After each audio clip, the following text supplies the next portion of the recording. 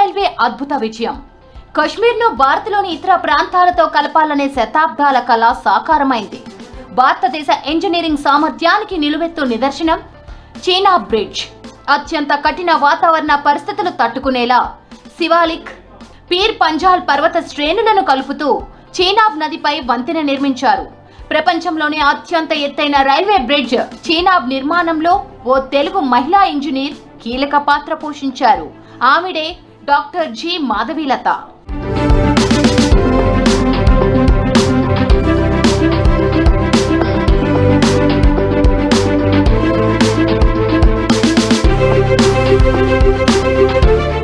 కింద ఉధృతంగా పారే చీనాబ్ నది, పైన 359 మీటర్ల ఎత్తులో రైలు బ్రిడ్జ్. కశ్మీర్ లోయలో ఉదంపూర్ నుంచి బారాముల్లా వరకు నిర్మించిన భారీ రైలు మార్గంలో చీనాబ్ను దాటడం ఒక అతిపెద్ద సవాలు. ప్రపంచంలోనే అతి ఎత్తైన రైల్వే వంతెన ఆర్చ్ బ్రిడ్జ్ నిర్మాణంలో మన తెలుగు ఇంజనీర్ ప్రొఫెసర్ గాలి మాధవీలతదే కీ రోల్.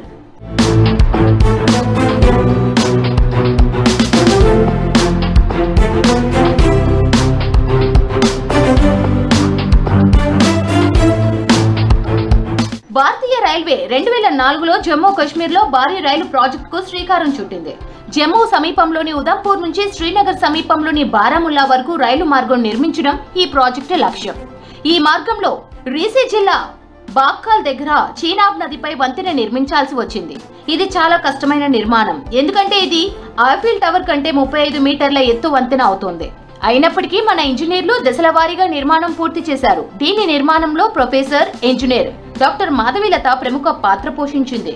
2005 నుంచి 2022 వరకు 17 సంవత్సరాల పాటు మాధవీలత చీనాబ్ ప్రాజెక్టులో నార్థర్న్ రైల్వే కాంట్రాక్టర్ అఫ్ఘాన్స్ తో కలిసి పనిచేసింది. జియో టెక్నికల్ కన్సల్టెంట్ గా సేవలందించింది.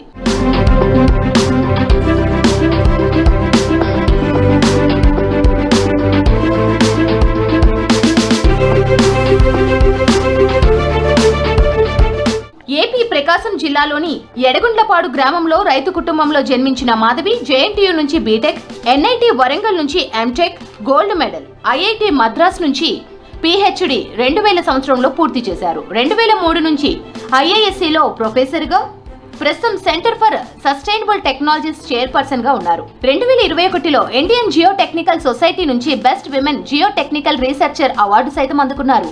2022లో భారతదేశంలోని టాప్ 75 విమెన్ ఇన్ స్టీమ్ లో చోటు దక్కించుకున్నారు మాధవీలత.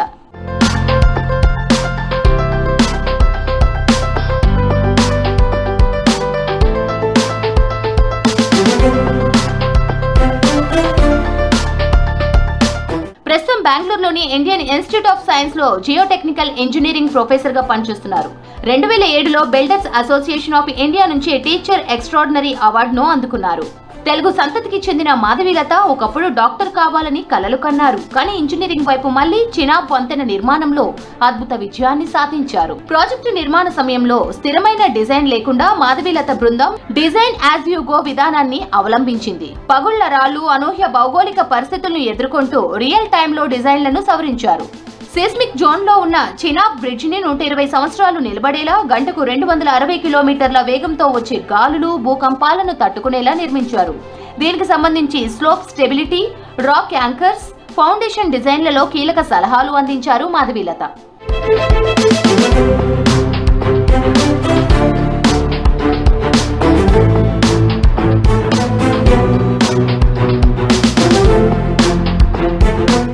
చీనాబ్ వంతెన నిర్మాణంలో 300 మంది సివిల్ ఇంజనీర్లు, 1300 మంది వర్కర్లు రాత్రి పగలు పనిచేశారు. బ్రిడ్జ్ ను 2 కొండల మధ్య నిర్మించాల్సి ఉన్నందున ఇంజనీరింగ్ డిజైన్ చాలా కష్టంగా మారింది. అయినప్పటికీ అక్కడి రాళ్లను పరిశోధించి అధ్యయనం చేసిన మాధవీలత పటిష్టమైన ఆర్చ్ బ్రిడ్జ్ ప్రణాళికను రూపొందించి అమలును నిరంతరం పర్యవేక్షిస్తూ వచ్చింది. ఆమె విశ్లేషణలను, టెక్నాలజీ సూచనలను దేశంతో పాటు విదేశాల్లోని నిపుణులు తనిఖీ చేసి ఆమోదించడంతో వంతెన నిర్మాణం ముందుకు సాగింది. ఈ రైలు మార్గంలో నిర్మించిన కొన్ని సొరంగాల నిర్మాణంలోనూ మాధవీలత పనిచేశారు.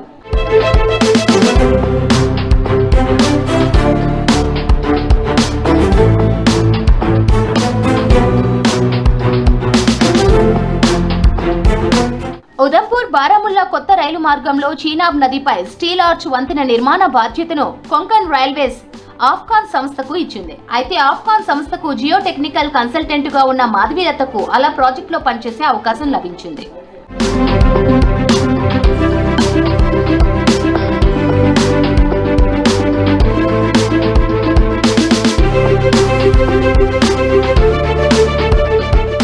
ఐఐటి మద్రాసులో పిహెచ్డి రీసెర్చ్ లో భాగంగా పాలిమర్ ను ఉపయోగించి పటిష్టమైన రోడ్ల నిర్మాణానికి వినూత్న టెక్నాలజీని రూపొందించింది మాధవీలత. ఆమె 3 దశాబ్దాల పరిశోధనల ఫలితంగా నేడు భూకంపాలను తట్టుకునేలా నిర్మాణాల్లో పాలిమర్లను, రబ్బరు టైర్ల వంటి వ్యర్థ పదార్థాలను ఉపయోగిస్తున్నారు. ఇక చీనా వంతెన నిర్మాణంలో రాత్రి పగలు కష్టపడ్డామని తెలిపింది మాధవీలత. ఈ ప్రాజెక్టు కోసం ఎన్నో వ్యక్తిగత త్యాగాలు చేయాల్సి వచ్చిందని చెప్పారు. తన కుటుంబ ప్రాధాన్యతలను పక్కన పెట్టి సైట్ ను సందర్శించిన సందర్భాలు ఉన్నాయన్నారు. చీనా వంతెన తన సొంత ప్రాజెక్టులా చేశారన్నారు మాధవీలత.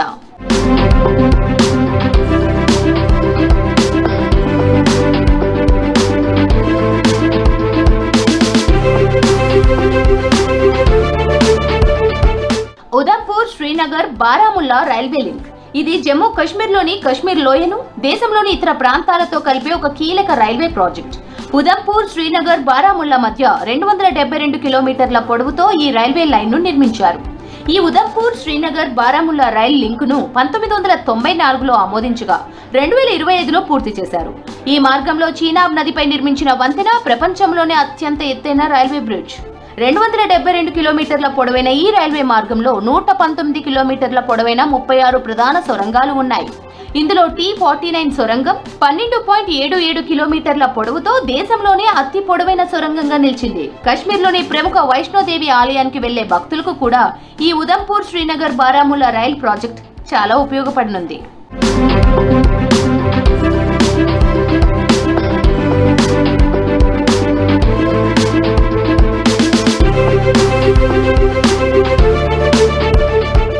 ఈ ఉదంపూర్ శ్రీనగర్ బారాముల్లా రైల్ లింక్ ప్రాజెక్టును 4 భాగాలుగా విభజించారు. జమ్మూ నుంచి ఉదంపూర్ వరకు 53 కిలోమీటర్ల మార్గాన్ని 2005 ఏప్రిల్లో పూర్తి చేశారు. ఉదంపూర్ నుంచి కత్రా వరకు 25 కిలోమీటర్ల మార్గాన్ని 2014 జూలై 4న పూర్తయింది. బనిహాల్ నుంచి బారాముల్లా వరకు 130 కిలోమీటర్ల మార్గం 2013లో పూర్తి చేశారు. ఇక ఈ మార్గంలో అత్యంత సవాలుతో కూడిన కత్రా నుంచి బనిహాల్ మార్గం వరకు 111 కిలోమీటర్ల విభాగాన్ని 2024 ఫిబ్రవరిలో పూర్తి చేశారు. ఈ మార్గంలోనే చీనాబ్ వంతెన కూడా ఉంది. ఈ 272 కిలోమీటర్ల ఉదంపూర్ శ్రీనగర్ బారాముల్లా రైలు లింక్ ప్రాజెక్టులో మొత్తం 38 సొరంగాలు, 927 వంతెనలు ఉన్నాయి.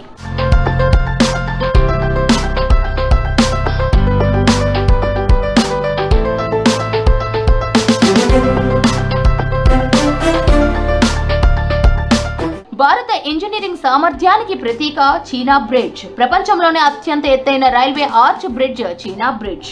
నదీ మట్టం నుంచి 359 మీటర్ల ఎత్తులో నిర్మించారు. ప్యారిస్లోని ఐఫిల్ టవర్ 324 మీటర్ల కంటే 35 మీటర్ల ఎక్కువ ఎత్తులో ఉంటుంది. చీనాబ్ బ్రిడ్జ్ పొడవు 1315 మీటర్లు. చీనాబ్ వంతెన నిర్మాణానికి 27,000 టన్నుల ఉక్కును ఉపయోగించారు. రెక్టర్ స్కేల్ పై 8 పాయింట్లతో భూకంపం వచ్చినా తట్టుకునేలా ఈ చీనాబ్ వంతెనను నిర్మించారు. ఈ చీనాబ్ బ్రిడ్జ్ లో సుమారు 6 లక్షల బోల్ట్లను ఉపయోగించారు. చీనాబ్ బ్రిడ్జ్ నిర్మాణం వ్యయం గతంలో 552 కోట్లు ఉండగా ఇది 1400 కోట్లకు చేరినట్లు టాక్.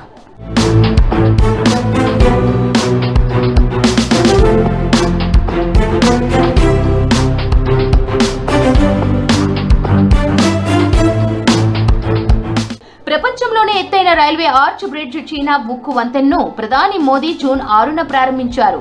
కటడా నుంచి కశ్మీర్ కు వందే భారత్ రైలుకు జెండా ఊపడం ద్వారా ఆ వంతెన అందుబాటులోకి వచ్చింది. అత్యంత దుర్లభమైన శివాలిక్, పీర్ పంజాల్ పర్వత శ్రేణులను కలుపుతూ కశ్మీర్ లోయకు రైలు నడపాలన్న బ్రిటిష్ కాలం నాటి ప్రణాళిక ఇప్పటికీ కార్యరూపం దాల్చింది. కడ్డా, శ్రీనగర్ మధ్య రైలుకు ఆయన జెండా ఊపారు. దేశంలోనే మొట్టమొదటిసారిగా తీగలతో అనుసంధానించిన అంజీ రైల్వే వంతెనను ప్రారంభించారు ప్రధాని మోదీ. भारत की एकता और भारत की इच्छा शक्ति का विराट उत्सव है। वादी कश्मीर भारत के रेल नेटवर्क से जुड़ गई है। मां भारती का वर्णन करते हुए हम श्रद्धा भाव से कहते आए हैं, कश्मीर से कन्याकुमारी, ये अब रेलवे नेटवर्क के लिए भी हकीकत बन गया है। उधमपुर, श्रीनगर, बारामूला, ये रेल लाइन प्रोजेक्ट ये सिर्फ नाम नहीं है, ये जम्मू कश्मीर के नए सामर्थ्य की पहचान है। भारत के नए सामर्थ्य का जयघोष है। चिनाब ब्रिज और अंजी ब्रिज का लोकार्पण करने का अवसर मिला है। 2 नई वंदे भारत ट्रेनें जम्मू कश्मीर को मिली है। జమ్మూ కాశ్మీర్ ను భారతదేశ రైల్వే నెట్వర్క్ తో లింక్ చేయడం అనేది శతాబ్దం కిందటి కల. బ్రిటిష్ కాలంలో పునాదిరాలు పడినా అది పట్టాలు ఎక్కలేదు. ఇప్పుడు నరేంద్ర మోదీ సర్కార్ హయాంలో 100 ఏళ్ల కల నిజమైంది. దీంతో చీనా వంతెన ద్వారా భారత రైల్వే నెట్వర్క్ తో జమ్మూ కాశ్మీర్ అనుసంధానమైంది. మరికొద్ది రోజుల్లో కత్రా శ్రీనగర్ వందే భారత్ రైలు మొదలవ్వనుండగా భారత్ కు ఎంతో కీలకమైన చీనా వంతెనను కేంద్రం జాతికి అంకితమిచ్చింది.